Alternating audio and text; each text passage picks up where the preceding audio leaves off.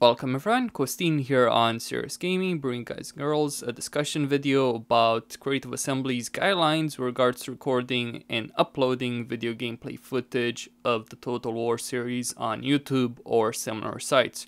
Or should I say Sega, since Sega does own Creative Assembly and the rights to the Total War IP. If you have not done so already, I recommend you check the guidelines. There's a link in the description of this video. Pause the video, read them, come back and watch the rest of it.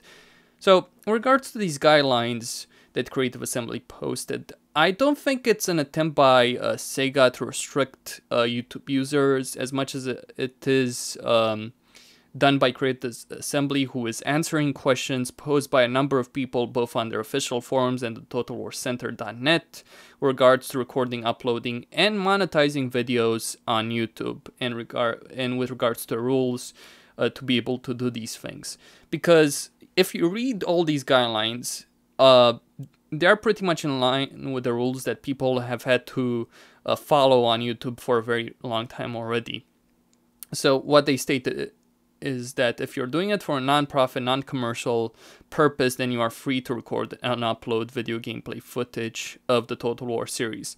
They do ask people to mention that it's an unofficial fan-made video, not endorsed by Sega or Creative Assembly, and to also link to the Total War website, but they're not demanding you do it. They're asking you, not demanding, and I certainly hope they're not demanding, because that would be a pretty greedy move considering all the free marketing that YouTube videos give developers and publishers. To ask for more free marketing, yeah, that's a pretty greedy move as I see it. But the way I'm reading the guidelines, it's something they're asking for if you're doing videos, not something that they force you to do if you want to be able to record and upload videos on YouTube for a non-commercial purpose. Now, from a commercial purpose, to be able to record, upload, and monetize videos on YouTube, you have to gain permission from Sega. And they're stating, contact us, we'll contact Sega, and so on and so forth, and gain you permission. However, most people on YouTube who record, upload, and monetize videos are part of a larger network, like RPM Networks, Maker Studios, Polaris, Curse, TGN, Machinima, and so on. And the reason they're part of a larger network, or at least one of the reasons they're part of a larger network, is that the network handles gaining permission from developers, publishers, and IP holders in order for you to record, upload, and monetize videos. The question in this case is whether or not Creative Assembly is imposing restrictions on you. You know, if you're a part of a network, it doesn't matter, and you have to gain permission anyway. Or if you're a part of a network who has gained permission for you, then you're just fine, that you don't have to ask for permission from them. I personally hope that you don't have to ask for permission from Creative Assembly, who will then put you in contact and so on, because really you're just going to end up in a situation where very few channels are going to be given that permission, and it's very likely to come with restrictions. I certainly hope it's not the case. I'm just hoping Creative Assembly is answering questions from people on their forums, and it's not the case of them imposing new restrictions, though that might be the case as well.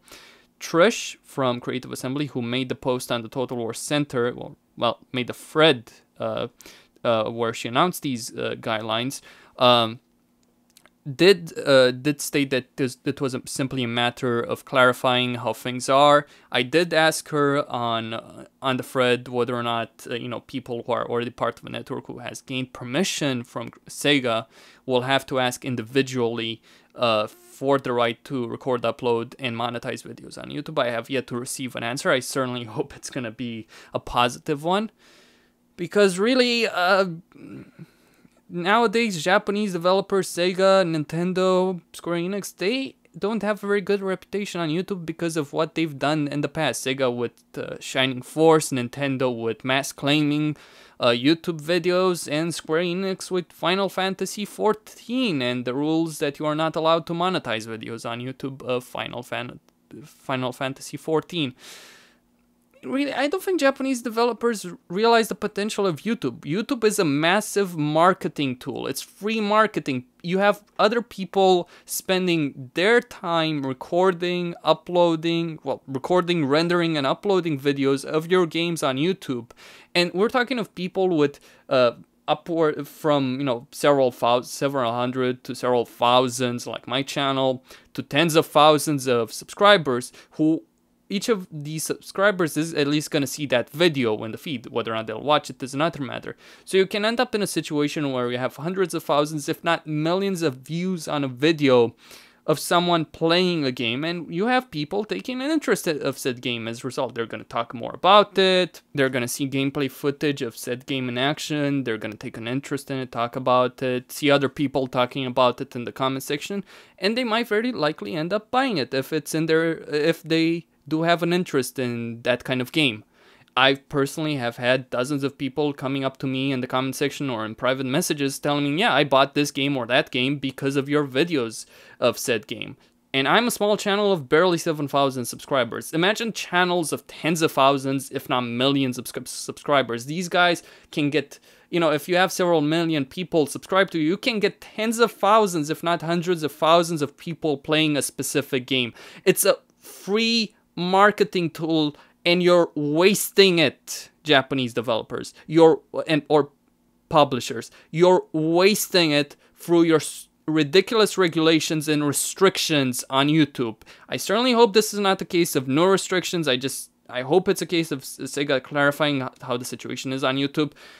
Because if they're not, then that's a really bad sign for the Total War series. The Total War series, who has had people like the Prince of Macedon or the Heir of Carthage, among others, people with tens of thousands, if not hundreds of thousands of subscribers on their channel, who have given the Total War series a bunch of free marketing simply by recording, rendering, and uploading videos to YouTube.